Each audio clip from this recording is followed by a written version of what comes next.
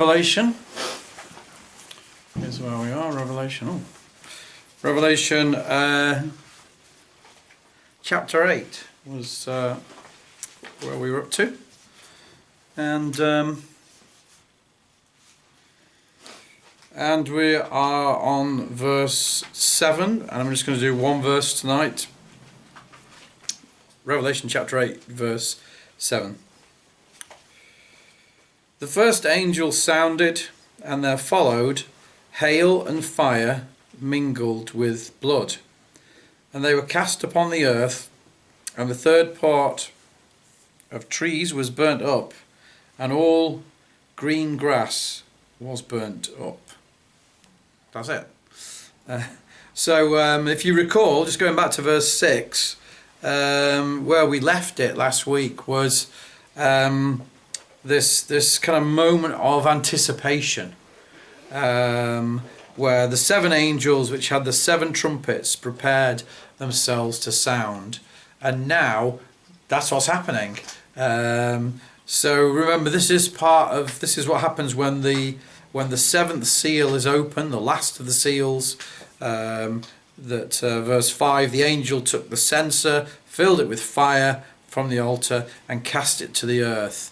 And there's these voices and thunderings and lightning and an earthquake and the angels getting ready to sound. So this is quite exciting in a way. This is the last seal. There's a sense of fulfillment and completion. I said before, 7 is the number of spiritual completion in the Bible, and so 7 seals, 7 angels, 7 trumpets. It's like the Spirit of God is saying there's a finality about this. It's like this is something, that's been building up and building up, and now you're going to see the fulfillment of it. And so we have this first angel who sounded, in other words, who blew the trumpet, and there's a consequence to the blowing of this trumpet, and the consequence is the judgment of God that's coming. And don't forget, we looked at this last week as well, that this is a result of the prayers of the saints. And particularly we talked about the martyrs under the altar, saying, "How long, Lord, until we are, until you take vengeance on those who killed us?" And so now we're getting this judgment, the judgment of God, in part a response to the prayers of the saints. And so we have this image that appears in the vision. Let's not forget, this is a vision that John's receiving at Patmos from the Lord Jesus. And in the vision, the image is hail and fire mingled with blood, and they're cast upon the earth. Now, there's a very similar image, not the same, but a very similar image elsewhere in the Bible, and I thought we'd take a look at that. It's in Exodus 9.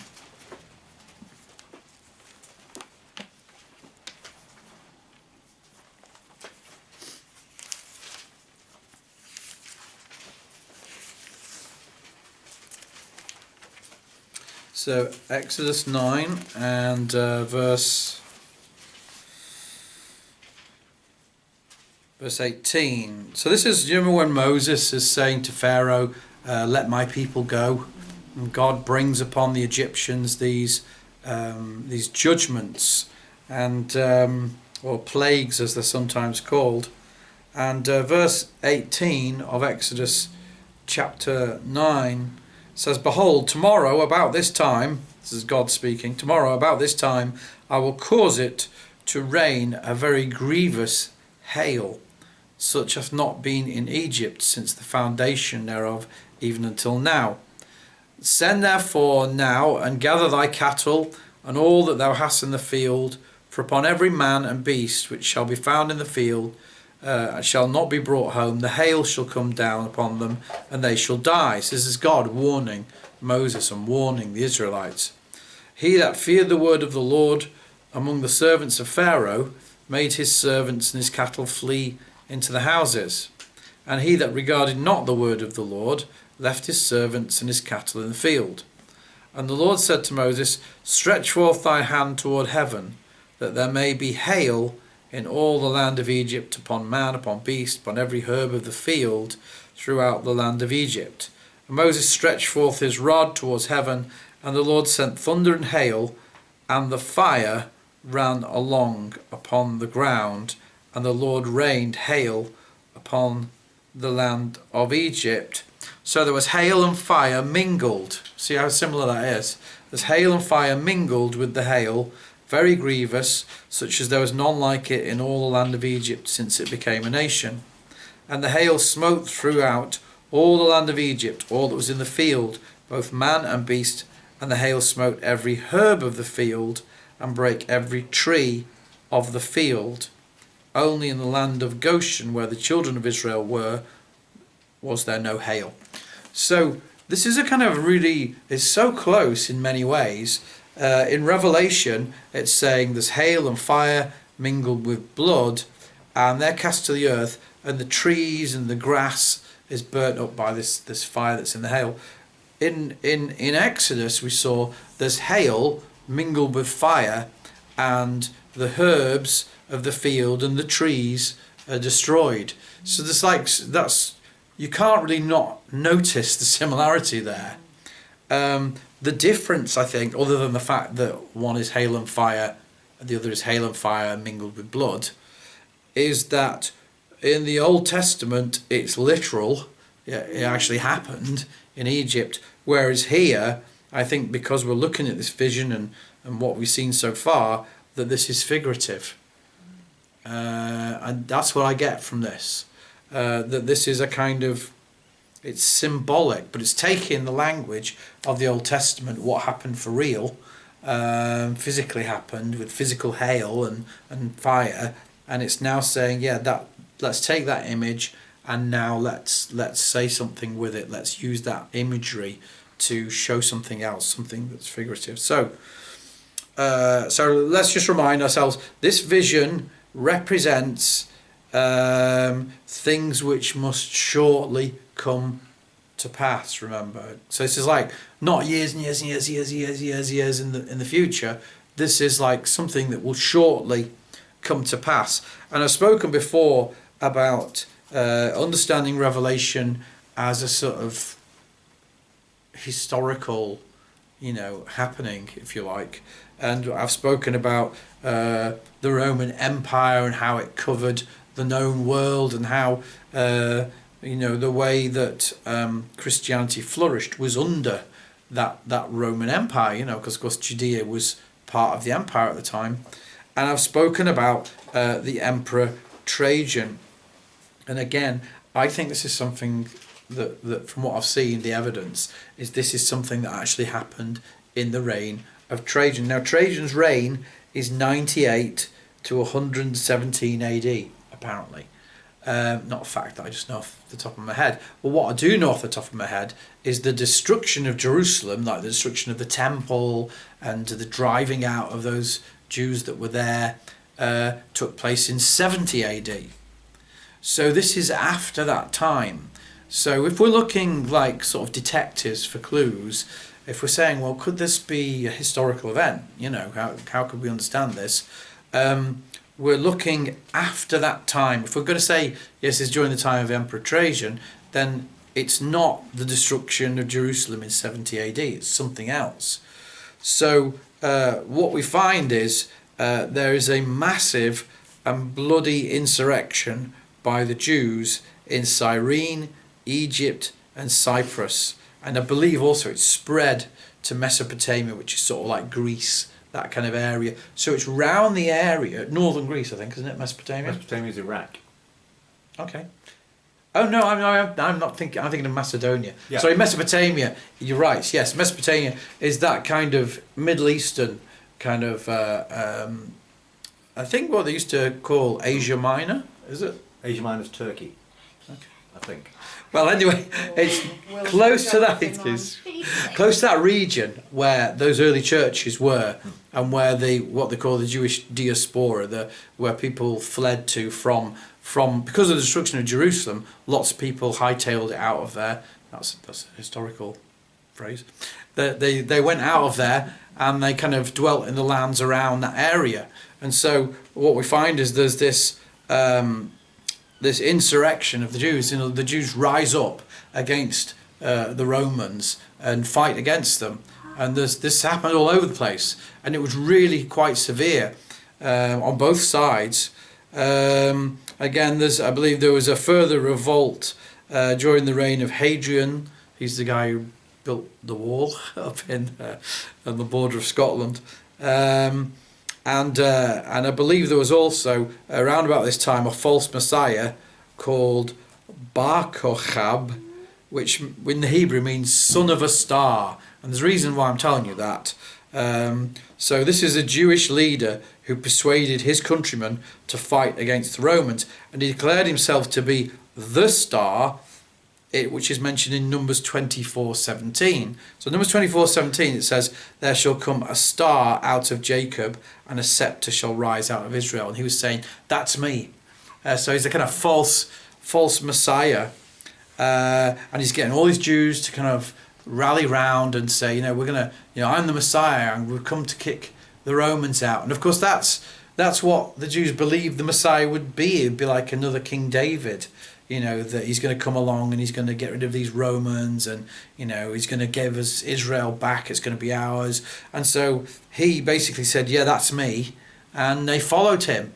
But this is what Jesus said would happen. Matthew 24 verse 24, Jesus says, "For there shall arise false Christs, false messiahs, and false prophets, and shall show great signs and wonders, insomuch that if it were possible, they shall deceive the very elect." Some people are amazed that because people are like, yeah, well, we're waiting to see there'll be these false messiahs, but it's like it's nothing new. There were false messiahs then.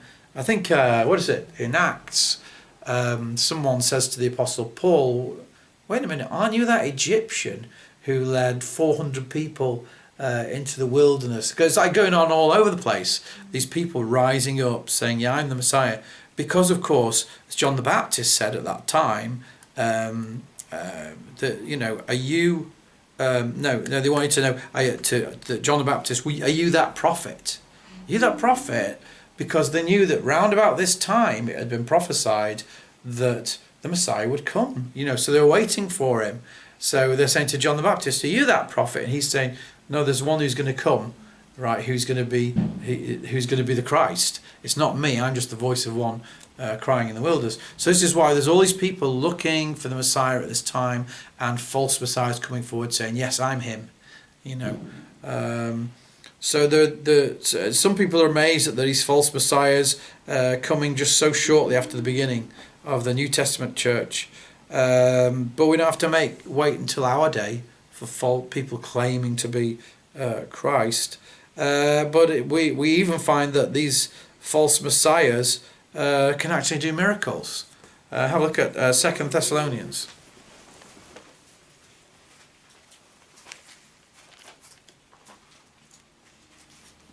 Second Thess, chapter 2.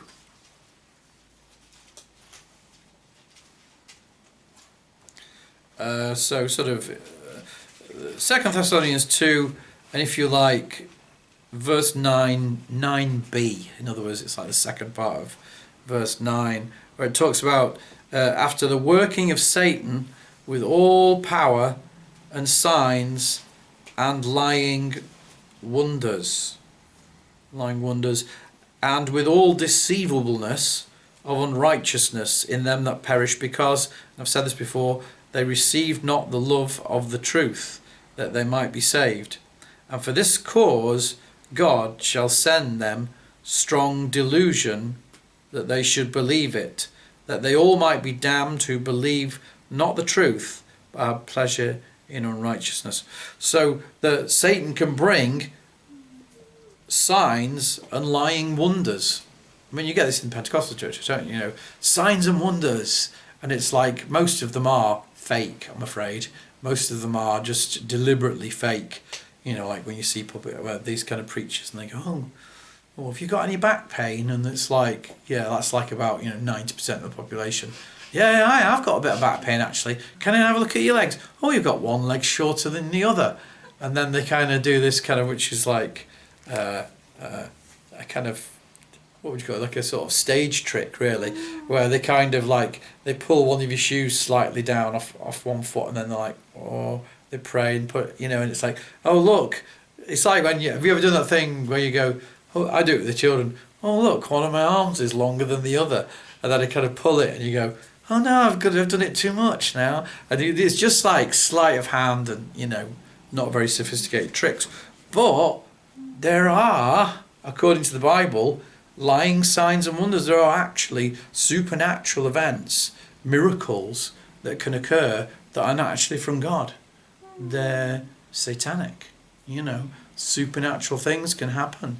And I believe, you know, without going off a tangent too much, I believe some of the Roman Catholic visions and things that are seen probably are that.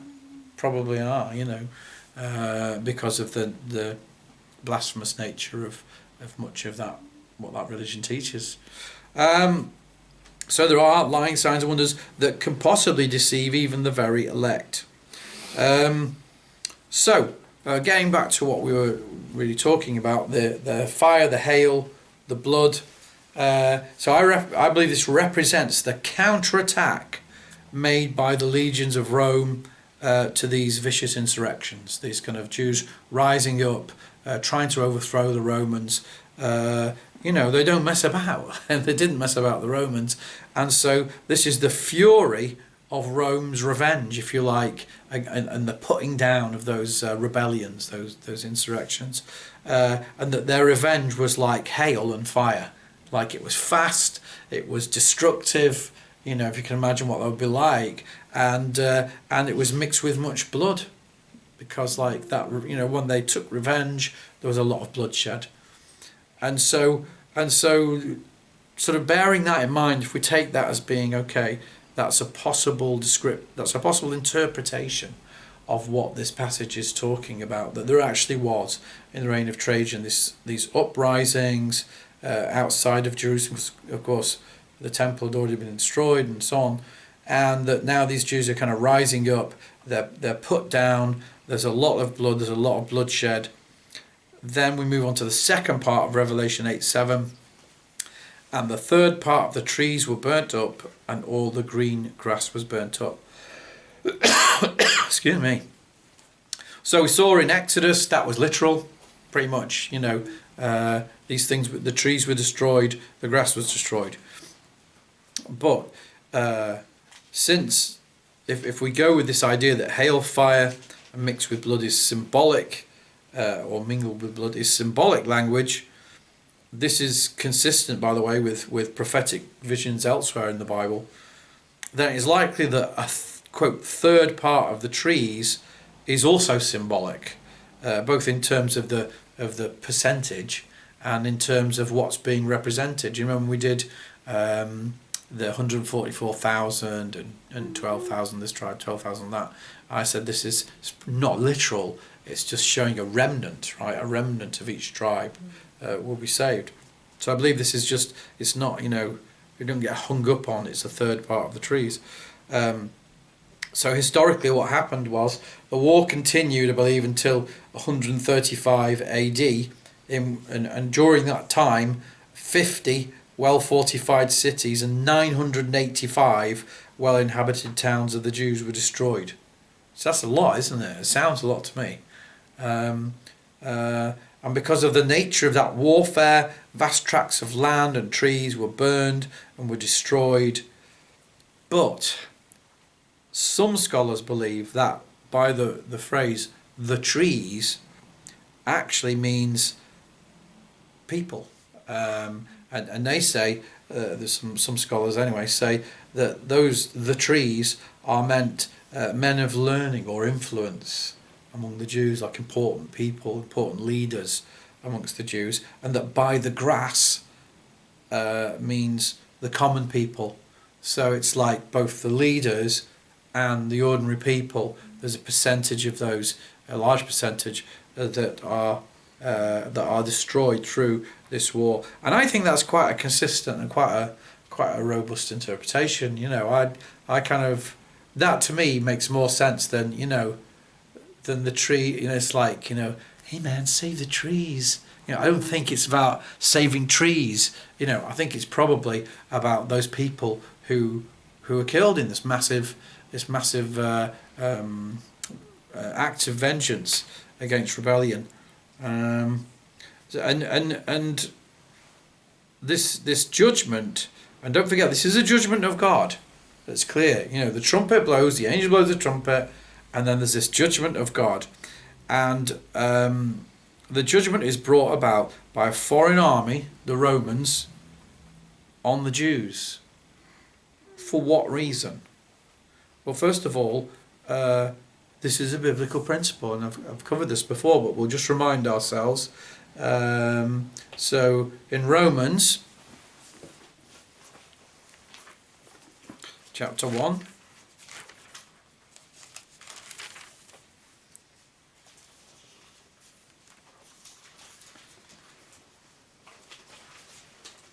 verse 16.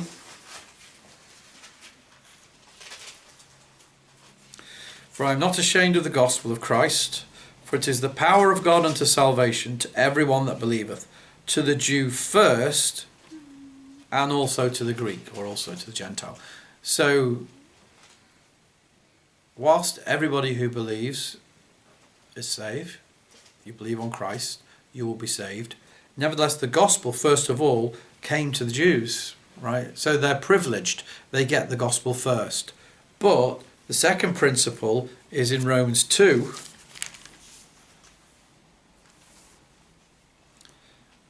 Uh, 9 and 10.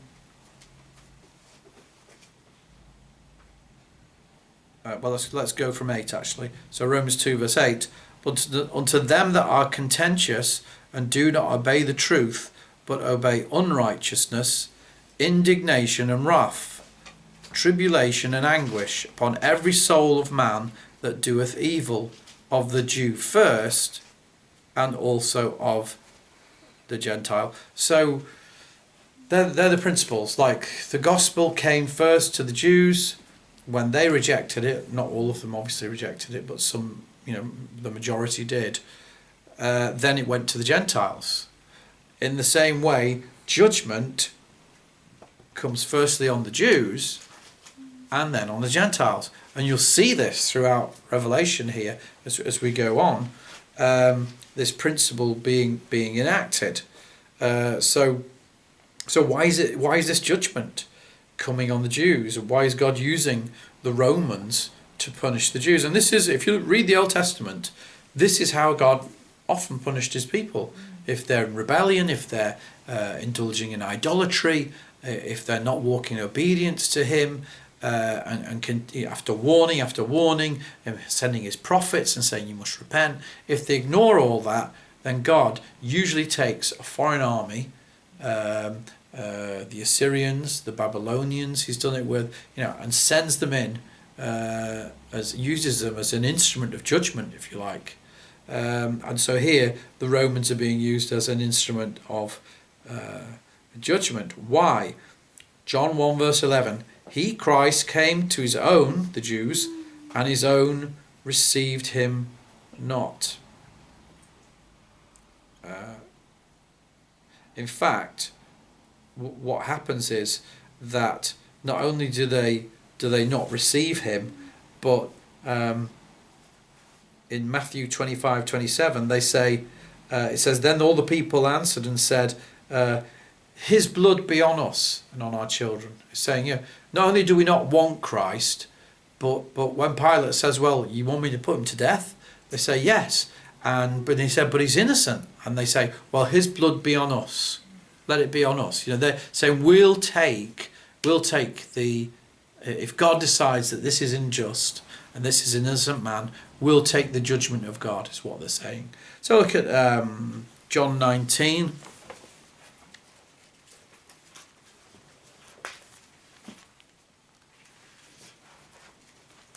John 19 and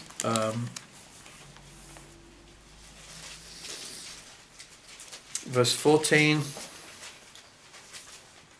Again, this is that same sort of situation. Pilate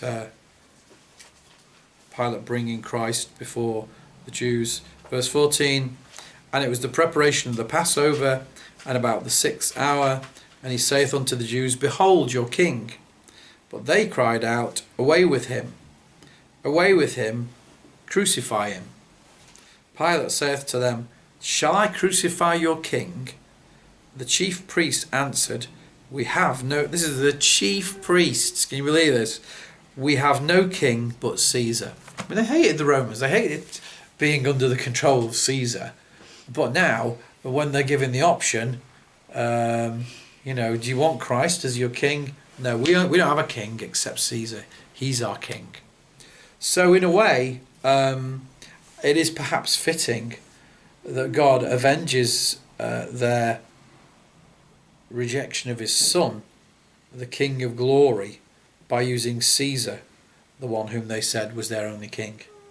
You see, that's the fitting judgment, isn't it, really? He uses the one they said, this is our king. Okay, well, he's going to rule over you then. He's going to come in judgment on you. So all this is going on around about the time where the New Testament church is really still quite young. Is still finding its feet, really, and a lot of this fighting and insurrection and then the quelling of that insurrection is taking place in many places around the sort of Middle Eastern region where those churches were being set up. Where we see in First Peter. So I'm finishing now, but just kind of providing a bit of evidence for what I'm saying. So First Peter chapter 1 verse 1, all the ones. Peter, an apostle of Jesus Christ, to the strangers scattered throughout Pontus, Galatia, Cappadocia, Asia and Bithynia. So the reason that they're scattered around those areas, those Christians, is because of this persecution and because of the destruction of Jerusalem. The Christians are moving around these areas, and they're preaching the gospel as they go. And these are the areas that were, are kind of quite turbulent sort of places. So, the church is still young, and Christ is preparing his church that they might not become fearful and fall away, but also that they might understand that God has heard their prayers and the prayers of the martyrs, and he's coming in judgment. And so this section of Revelation is about the judgment of God, yes. That actually God is going to judge those that have oppressed and persecuted his church. Not just the Jews, but all those that have persecuted his saints. He's going to this is confirmation, really, of God's faithfulness when God says, vengeance is mine, I will repay. That verse is not just about, so don't you take vengeance, but it's like, I will take vengeance. I will punish those who oppress and persecute you. And this is the evidence of it. The first trumpet is this first judgment to the Jew first, and then to the Greek or the Gentile.